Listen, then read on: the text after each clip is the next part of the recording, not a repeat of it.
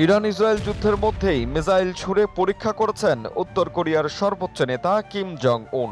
দেশটির সর্বোচ্চ নেতার উপস্থিতিতে নতুন ডেস্ট্রয়ার জাহাজ থেকে পরীক্ষামূলকভাবে নিজস্ব প্রযুক্তিতে তৈরি ক্রুজ ক্ষেপণাস্ত্রের উৎক্ষেপণ করা হয়েছে। এমন পরিস্থিতিতে মিসাইল উৎক্ষেপণ করে নিজেদের সামরিক সক্ষমতার জানান দিচ্ছে দেশটি।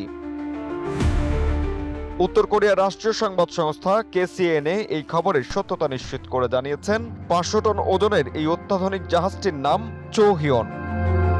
এক্সট্রিম মশার কয়েল প্ল্যান্ট ফাইবার দিয়ে তৈরি, ডেঙ্গু চিকুনগুনিয়া বাহি সহ যে কোনো মশার বিরুদ্ধে দেয় এক্সট্রিম সুরক্ষা।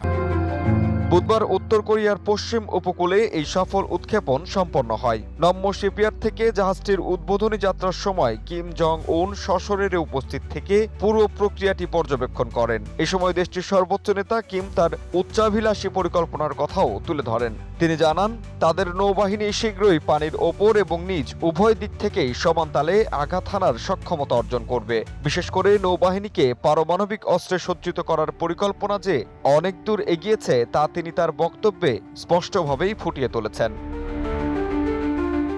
আল জাজিরার প্রতিবেদনে উঠে এসেছে, উত্তর কোরিয়ার এই নতুন রণকৌশল এবং আধুনিক সমরাস্ত্রের উপস্থিতি এই উত্তপ্ত বৈশ্বিক পরিস্থিতিতে নতুন করে উদ্বেগের কারণ হয়ে দাঁড়িয়েছে।